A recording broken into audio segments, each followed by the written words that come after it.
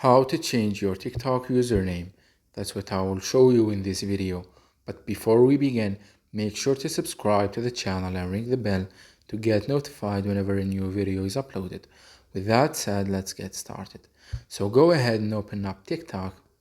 And once you do that, click on the profile icon at the bottom right.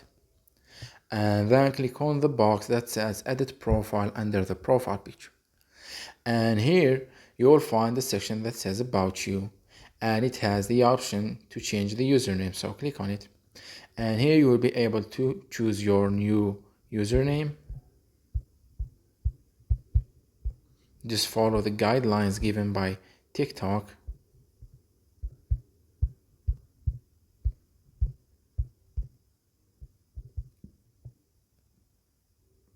And once you're done, click on the save button at the top right corner to save the changes. So that was it for this video. That's how you can change your username in TikTok. If you have any questions, please leave them in the comment section down below. With that said, see you in the next video.